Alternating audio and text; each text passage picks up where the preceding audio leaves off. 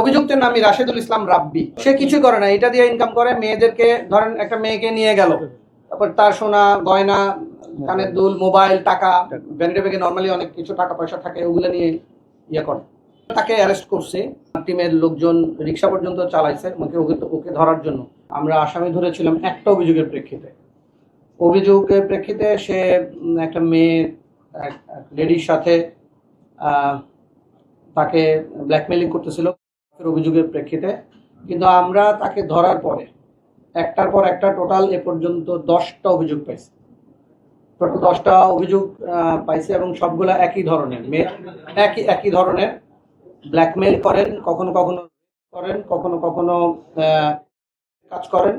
এবং আমরা যেগুলো ভিকটিম পাইছি সবগুলা হলেন মিরপুরের।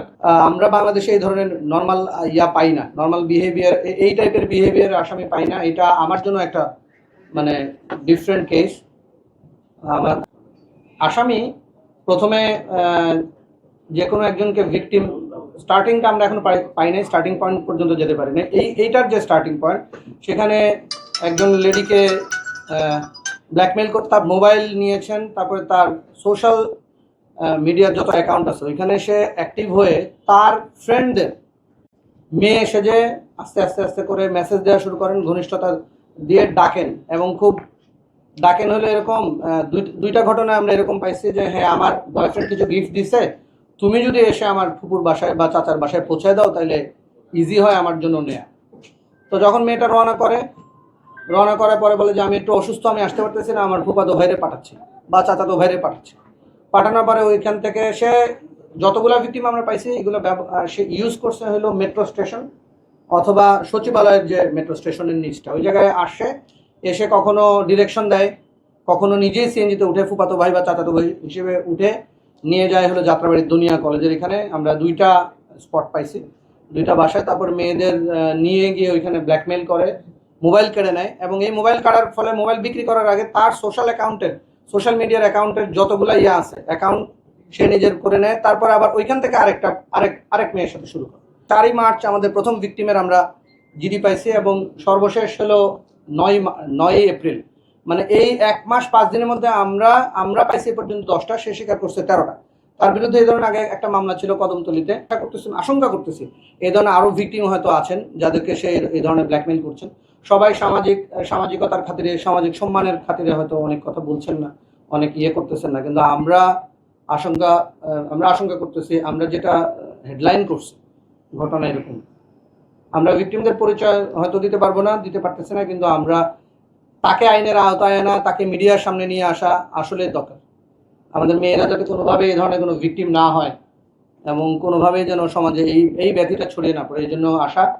আর আমরা অলরেডি 3টা নিচ্ছি, এই ধরনের জিডি আছে আমাদের কাছে আরও 4টা। তো সবাই আসে কি মোবাইল হারাইছে এরকম জিডি করতে। মোবাইল হারানোর জিডি সূত্রে এখন যখন ভিকটিম আস্তে আস্তে আইডেন্টিফাই করা গেছে। এবারে মিরপুর ভিত্তিক মানে যারা অভিযোগ করেছেন, যারা ভিকটিম সবাই মিরপুরের ভিত্তিক। তো আমরা আরও ভিতরে যাওয়ার চেষ্টা করতেছি, দেখতেছি যে আসলে মিরপুর ছাড়া ধরেন এই 2 মাসে সে মিরপুর করছে, অন্য কোথাও এই ধরনের কোনো কাজ করছে কিনা। আপাতত আমরা তাকে অ্যারেস্ট করছি। আমরা এখন পর্যন্ত যেটুকু দেখছি সহযোগী থাকলেও খুব বেশি থাকার কথা না, আমরা তদন্ত চালা যাচ্ছে না। একদম সিএনজি ব্যবহার করতে এমন না, রিক্সাও মানে যখন যেটা সুবিধা হয়। আমরা তাকে ধরতে পেতে হয়েছে, আমার যে আছে, আমার টিমের লোকজন রিক্সা পর্যন্ত চালাইছে ওকে ধরার জন্য। 2 দিনে অনেক কষ্ট করে, খুবই এবং টেকনোলজিতে খুবই এক্সপার্ট এবং খুব ধুরন্ধর টাইপের। ওকে জিজ্ঞাসাবাদ করে কোনো তথ্য কিন্তু আমরা পাইনি। আচ্ছা, ভিকটিমের নাম হলো রাশেদুল ইসলাম রাব্বি।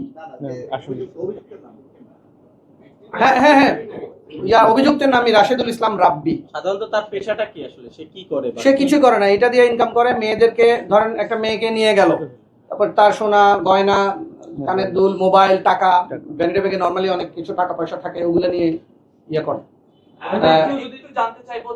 আমরা ওর কাছে 5টা মোবাইল পাইছি। আমরা আশঙ্কা করতেছি আমরা হয়তো আরো অনেকগুলো মোবাইল পাবো।